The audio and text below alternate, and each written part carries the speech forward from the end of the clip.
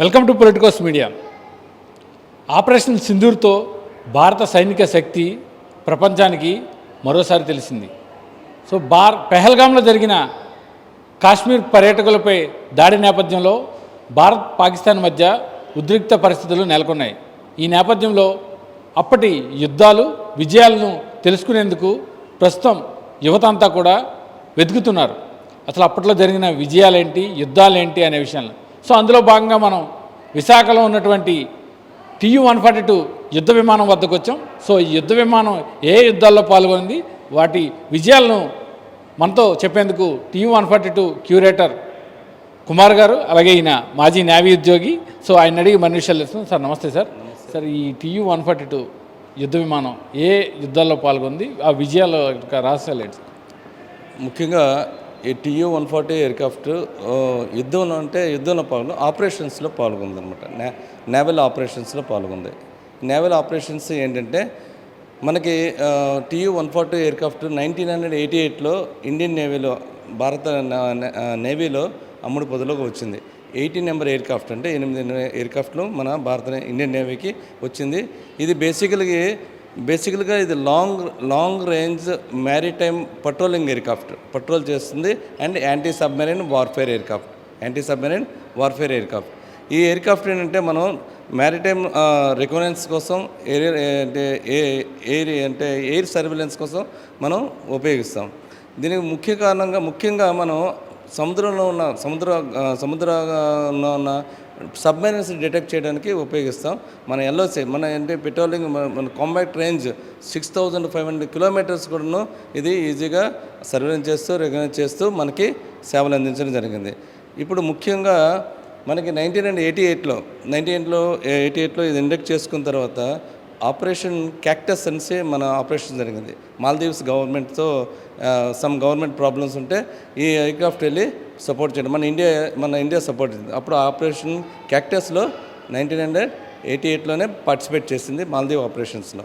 Next మనకి Sri Lanka operations మనకి ఈ ఎయిర్క్రాఫ్ట్ డిప్లాయ్ అవ్వడం జరిగింది. మన 98 మనకు తెలిసింది అందరూ విజయ్ కార్గిల్ ఆపరేషన్లో కూడాను ఇది పార్టిసిపేట్ మేజర్ కంట్రిబ్యూషన్ ఎయిర్క్రాఫ్టే ఇవ్వడం జరిగింది. నెక్స్ట్ 2002లో ఆపరేషన్ పరాక్రమ్లో కూడా పార్టిసిపేట్. సో ఈ ఆపరేషన్స్ కానీ ఈ TU-140 ఎయిర్క్రాఫ్ట్ పార్టిసిపేట్ జరిగింది. And with accident free flying ఎయిర్క్రాఫ్ట్గా ఇది రికగ్నైజ్ అయిందనమాట. అంటే ఎటువంటి యాక్సిడెంట్స్ లేవు, ఎటువంటి అవకతవకలు లేకుండా ధీటుగా లాంగ్ రేంజ్ మ్యారిటైమ్ పెట్రోలింగ్ చేస్తూ మన దేశానికి సేవ చేయడం జరిగింది. సుదీర్ఘంగా 1988 నుంచి 2019 వరకు ఇది 29 ఇయర్స్ భారత నేవీలో సేవలు అందించి 2017లో మార్చిలో INS రాజారిలో రిటైర్ అయ్యి లాస్ట్ ఎయిర్క్రాఫ్ట్ TU-140 ఎయిర్క్రాఫ్ట్ ఇక్కడ INS డేగాలో టచ్ డౌన్ అయ్యి అక్కడ నుంచి ఇది మ్యూజియంగా కన్వర్ట్ చేయడం జరిగి సందర్శకులకి మ్యూజియంగా పెట్టడం జరిగింది. అంటే దాని తాలూకు విశేషత, దాంట్లో యూజ్ చేసిన ఎక్విప్మెంట్స్, దాని తాలూకా శక్తి సామర్థ్యాలు ప్రజలకి వివరించడానికి మన వైజాగ్ సాగర్ తీరంలో TU-140 ఎయిర్క్రాఫ్ట్ మ్యూజియంగా కన్వర్ట్ చేసి పెట్టడం జరిగింది. సార్ ఇప్పుడు ఈ యుద్ధం అంటే భారత్ పాకిస్తాన్ మధ్య యుద్ధ వాతావరణం ఈ నెలకొన్న నేపథ్యంలో చాలామందికి ఈ విశాఖ బీచ్ రోడ్లో ఉన్నటువంటి ఈ ఎయిర్క్రాఫ్ట్స్ కానివ్వండి, ఎందుకంటే మనం రెగ్యులర్గా టీవీలో చూస్తున్నాం ఎయిర్ స్ట్రైక్స్ జరుగుతున్నాయని ఇవన్నీ వింటుంటే, సో పర్యాటకులు కూడా ఎక్కువగా వీటిని చూసేందుకు, వీటి విషయాలు తెలుసుకునేందుకు వస్తున్నారు సార్. Correct, exactly. పర్యాటకులు కూడాను అప్పుడు కంటే ఇప్పుడు తాకిడి చాలా ఎక్కువగా ఉంది. ఎప్పుడైతే మన పాకిస్తాన్ ఇండియా ఈ వార్ అనుకుని అంటే ప్రజలంతా కోరుకునేది ఏంటంటే మనం శాంతియుతంగా మన దేశమే శాంతియుత దేశం. మన దేశం ఎప్పుడున్నా శాంతియుతంగా మనము నో వార్ అనే ప్రొసీజర్తో మనం వెళ్తాం అనమాట. అంటే మనం ఎప్పుడు వారికి ఎప్పుడు ప్రోత్సాహం ఇవ్వం కూడా అంటే ఇవ్వం కూడా అనమాట. సో ఈ ప్రొసీజర్లో మనకి జరగాలనే అన్యాయం జరిగింది. సో దాన్ని రూట్ కాజ్ తీయడానికే మనం ఆపరేషన్ చేయడం. మనము వార్ చేయడం లేదు, మనం యుద్ధం చేయడం లేదు. మనం ఏం చేస్తున్నాం, మన ఆపరేషన్ ద్వారా మనం యాంటీ టెర్రరిజంని కిల్ చేస్తున్నాం. మన టెర్రరిజం వద్దనుకున్నాం, మనం టెర్రరిజం సపోర్ట్ చేయం, టెర్రరిజం కూడాను వద్దనుకున్నాం. సో మన మీద దాడి చేసిన వ్యక్తులు ఏ భూభాగం మీద ఉన్నా మన మన ప్రధానమంత్రి కూడా చెప్పారు, భారతదేశంలో మన దాడి చేసిన వాళ్ళు ఎక్కడున్నా సరే వెతికి వెంటాడుతూ ఉండొచ్చు. సో అదే శాంతియుతంగా మన భారతదేశం నష్టాన్ని కలిగించిన వాళ్ళు ఎక్కడున్నా సరే ఆ టెర్రరిస్ట్ని అణిచి తుడిచిపెట్టి చేయడం జరుగుతుంది. ఆ భాగంలోనే ఈ టెర్రరిస్టు క్యాంపులు, టెర్రరిస్ట్ వ్యవస్థని పాకిస్తాన్కి అటాక్ ఇవ్వడం జరుగుతుంది. అంతేగాని మనం వారని మనం ఏ రోజు డిక్లేర్ చేయలేదు, ఏ రోజు అనలేదు, ఎవరు అనలేదు. మన భారత ప్రజలు కూడా అనలేదు, మన భారత నాయకులు కూడా అనలేదు. కాకపోతే వాళ్ళు చేసుకున్న వ్యవస్థని వ్యవస్థలో ఉన్నారు కాబట్టి, వాళ్ళ భూభాగంలో ఉన్నారు కాబట్టి మనం అక్కడికి వెళ్ళవలసి వచ్చింది. ఆ టెర్రరిస్టుల కోసం మనం తుడిచిపెట్ట వెళ్ళవలసి వచ్చింది. ఆ ప్రక్రియలోనే నిన్న మీరు చూసారు, నిన్న దాడుల్లోనమాట మనం వాళ్ళ తాలూకా వైమానిక దాడులు చేసి వాళ్ళ తాలూకా రడార్ వ్యవస్థని, వాళ్ళ తాలూకా టెర్రరిస్ట్ అంటే ప్లేసెస్ని డిస్ట్రాయ్ చేయడం జరిగింది అనమాట. సార్ ఇప్పుడు ఇది 92 నుంచి 2017 వరకు ఈ యుద్ధ ఎయిర్క్రాఫ్ట్ చాలా విజయాలను సాధించింది. సో అప్పటికే చాలా అత్యాధునికమైన టెక్నాలజీతో ఇది ఆపరేషన్స్లో వినియోగించారని మీరు చెప్పారు. సో ఇప్పటికి చాలా మార్పులు జరిగే ఉంటాయి కదా సార్? ప్రస్తుతం ఉన్న ఎయిర్క్రాఫ్ట్స్లో కూడా అత్యాధునికమైనటువంటి పరికరాలన్నీ ఉన్నాయంటారా? ఎగ్జాక్ట్లీ. మనకు ఈ TU-140 వచ్చిన ఎయిర్క్రాఫ్ట్ సోనార్స్ కానీ, రడార్స్ కానీ, వాళ్ళ తలకి ఎక్విప్మెంట్స్ కానీ, వాళ్ళ తల డిటెక్షన్ సిస్టమ్ కానీ, రడార్ సిస్టమ్ కానీ ఇప్పటికీ చాలా మార్పులు వచ్చాయి.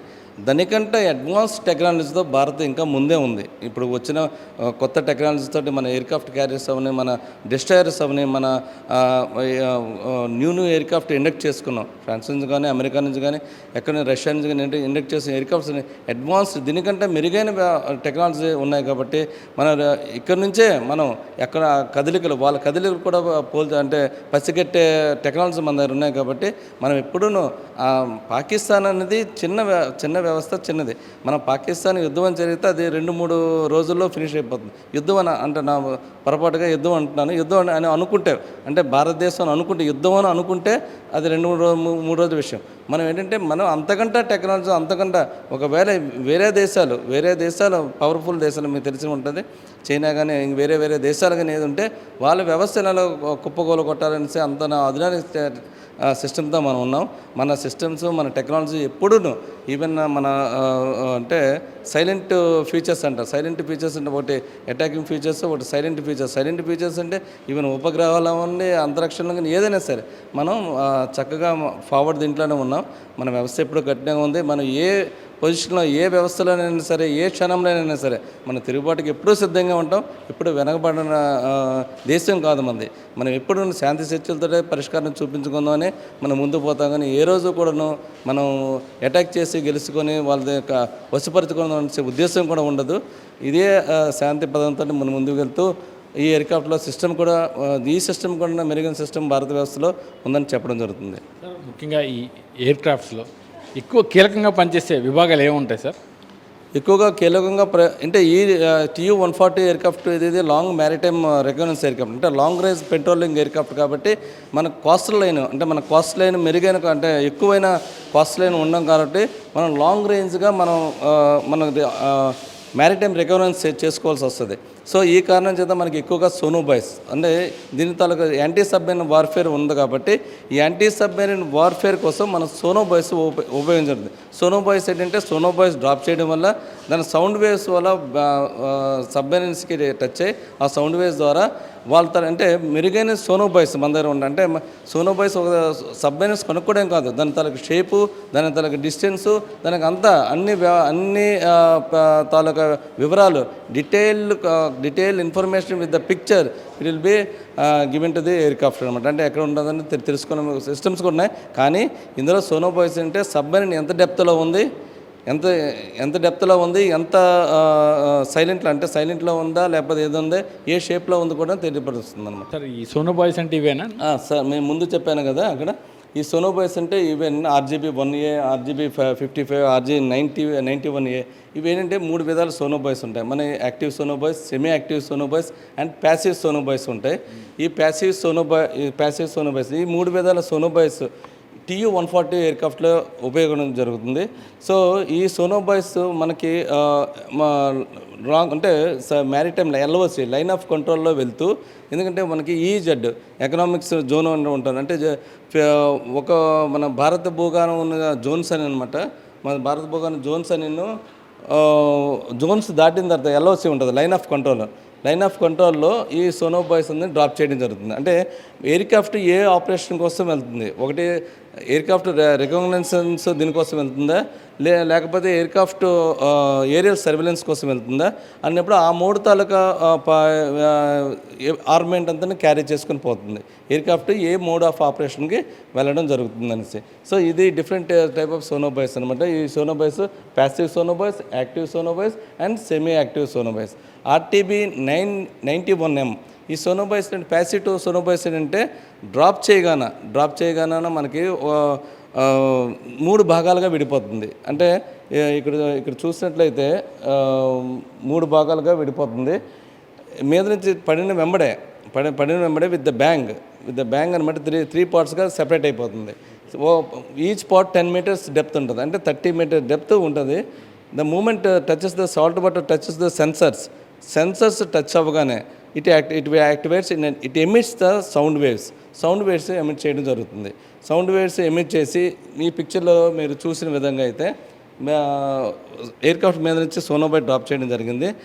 ఎప్పుడైతే డ్రాప్ చేసిన తర్వాత అంటే సెన్సర్స్ యాక్టివేట్ అవుతాయో sound waves will go and touch the అంటే బాడీ అంటే object, let it be fish, let it be rock, let it be submarine or small boat. ఆ తాలూకా బాడీ దాన్ని వచ్చిన సిగ్నల్ని ప్రాసెస్ చేసి రేడియో వేవ్గా మీకు ఎయిర్క్రాఫ్ట్లో త్రూ ట్రాన్స్పాండర్ పంపించడం జరుగుతుంది. అప్పుడు అక్కడ ఉన్న సోనిక్ ఆపరేటర్ అతను ఈ సౌండ్ వేవ్స్ని విని, మీరంటే మనకు క్లోజ్ చేస్తూ ఎన్నో శబ్దాలు వినొచ్చు, అంటే శబ్దాలు విని ఐడెంటిఫై చేస్తాం మన కళ్ళు క్లోజ్ చేస్తూ. సిమిలర్లీ ఈ శబ్ద తరంగాల ద్వారా విని అది సబ్మెరైనా, అది ఫిషా, అది వేలా, అది రాకా అనేసి వాళ్ళే ఐడెంటిఫై చేసి ఆ సబ్మెరైన్ తాలూకా షేపు, దాని తాలూకా విధానం పిక్చరైజ్ చేసుకొని చెప్పడం జరుగుతుంది. అంటే ఇక్కడ ఈ ప్లేస్లో ఈ ఎనిమీ సబ్మెరైన్ ప్లాట్ అయి ఉంది అనేసి ఆ ఇన్ఫర్మేషన్ హెడ్ క్వార్టర్స్కి ఇవ్వడం జరుగుతుంది. అంటే యుద్ధం అనివార్యం అయితే శత్రు దేశాలు అటు ఎయిర్ నుంచి కావచ్చు, వాటర్ నుంచి కావచ్చు, సబ్మెరైన్ రూపంలో కూడా దాడి చేసే అవకాశం ఉంటుంది. సో అప్పుడు ఇటువంటి సోనా బాయ్స్ అనేవి కీలకంగా వ్యవహరిస్తాయా? కీలకంగా వ్యవహరిస్తాయంటే యుద్ధం అన్నప్పుడు అనమాట. మనం అంటే ఇది నేవీ విభాగంలో, అంటే ఈ నేవీ, ఎయిర్ ఫోర్సు, ఆర్మీ ఈ 3 విభాగాలు వాళ్ళ తాలూకా పవర్స్ ద్వారా వాళ్ళకున్న వార్ టెక్నిక్స్ ద్వారా వాళ్ళు ఉపయోగపడతారు. నేవీ పరంగా అంటే మనకి ఏదైనా ఫ్లీట్ అంటే మన ఫ్లీట్ అంటాం. ఫ్లీట్ మూవ్ అయినప్పుడు, ఒక ఆపరేషన్ మూవ్ అయినప్పుడు వాళ్ళ తాలూకా ముందు minesweepers, killers, next aircraft carriers, ఏ ఫ్లీట్ అయినా అలా మూవ్ అవుతుంది. అంటే యుద్ధంకి వెళ్ళినప్పుడు మీరు చూస్తే 1971 వార్, పాకిస్తాన్ వార్ జరిగినప్పుడు మన కరాచీ ఎయిర్పోర్ట్కి వాళ్ళు రెడార్ స్టేషన్స్, వాళ్ళ లాజిస్టిక్ని ధ్వంసం చేసాం. ఆపరేషన్ పైథాన్ అంటారు దాన్ని. ఆపరేషన్ పైథాన్ చేసాం. మనం చాకచక్యంగా మన నేవీ ముందు నుండి మనకు డిస్ట్రాయ్ చేసి వితిన్ 20-45 minutesలో డిస్ట్రాయ్ చేసి తిరిగి రావడం జరిగింది. అంటే అంత అడ్వాన్స్ టెక్నాలజీస్ మన దగ్గర ఉన్నాయి కాబట్టి మనం ముందుకు సాగాం. అంటే ఇందులో అర్థం చేసుకోవాల్సి ఏంటంటే వాళ్ళకంటే టెక్నాలజీస్ అప్పటికే 71కే మనం ముందున్నాయి. సో మనం ఇప్పుడు 2025లో ఉన్నాం కాబట్టి మనం ఏ టెక్నాలజీలో ఉన్నామో వాళ్ళు కూడా అర్థం చేసుకోవాలి, మనం కూడా మీడియా వాళ్ళు కూడా అర్థం చేసుకోవాలి. సో అంటే మనం ఈ కొన్ని కీలకమైన విషయాల్ని బయటికి చెప్పడానికి కొంచెం ఇబ్బందులు ఉన్నప్పటికీ, సో ఏదైతే మనకు INS విక్రాంత్ చాలా అత్యాధునిక ఎయిర్క్రాఫ్ట్ క్యారియర్గా ఇప్పుడు అందరి నోట్లో కూడా నాంతుంది INS Vikrant. So INS Vikrant ఒక అమ్ముల పొద, ఏదైతే భారతదేశ ఇండియన్ నేవీకి ఒక అమ్ముల పొదిలో ఈస్టర్న్ నేవల్ కమాండ్లో INS విక్రాంత్కి ఒక ప్రత్యేకమైన స్థానం ఉంది. సో దాని గురించి మీకు తెలిసిన సమాచారం. INS విక్రాంత్ అంది మనం నేవీలో ఒక సాంప్రదాయం ఉంది. It's tradition of navy.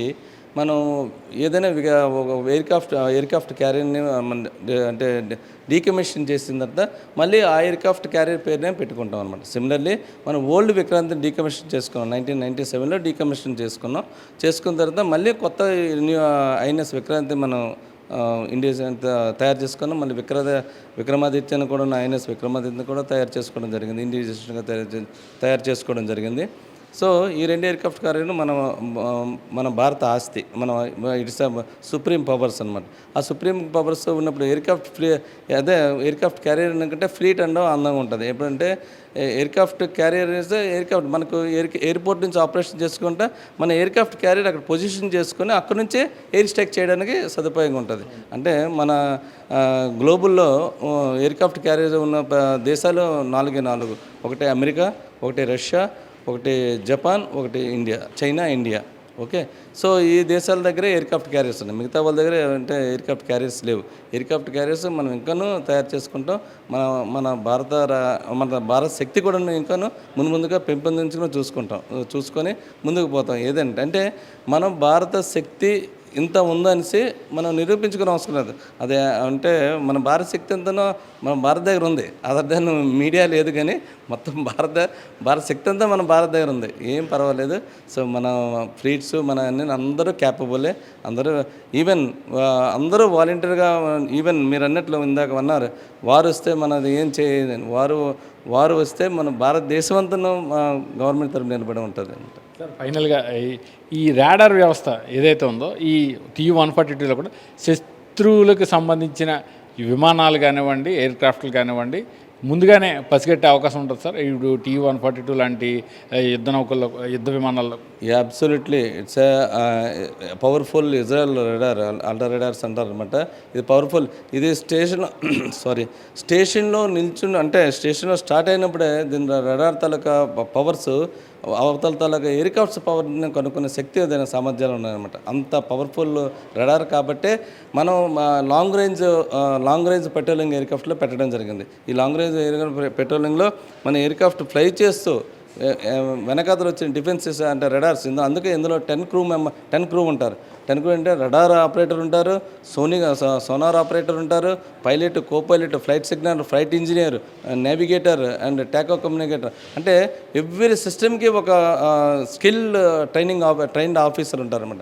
So absolutely ఇది అంటే హైయెస్ట్ టెక్నాలజీ ఉన్న ఎయిర్క్రాఫ్ట్. అంటే మనకు 1988 నుంచి 2017 వరకు వన్ ఇస్ ద ఐకానిక్. అంటే మనకు ఒక శక్తి అనమాట. TU-140 ఎయిర్క్రాఫ్ట్ భారత దగ్గర ఉందంటే ఇట్స్ యూనిక్ థింగ్ అనమాట.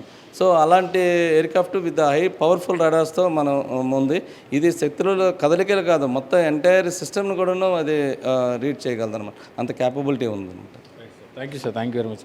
ఇదైతే యుద్ధం అనివార్యమైతే శత్రు దేశాల ఉనికి, అంటే వారు ఎటు నుంచి దాడి చేసినా దాన్ని సమర్థవంతంగా ఎదుర్కోదగిన సామర్థ్యం భారత్ దగ్గర ఉందని కుమార్ గారు చెప్తున్నారు. కెమెరామెన్ ముఖేష్తో కిరణ్, పొలిటికోస్, విశాఖ నుంచి. Please subscribe to the channel and download the Politicos app from the links in the description.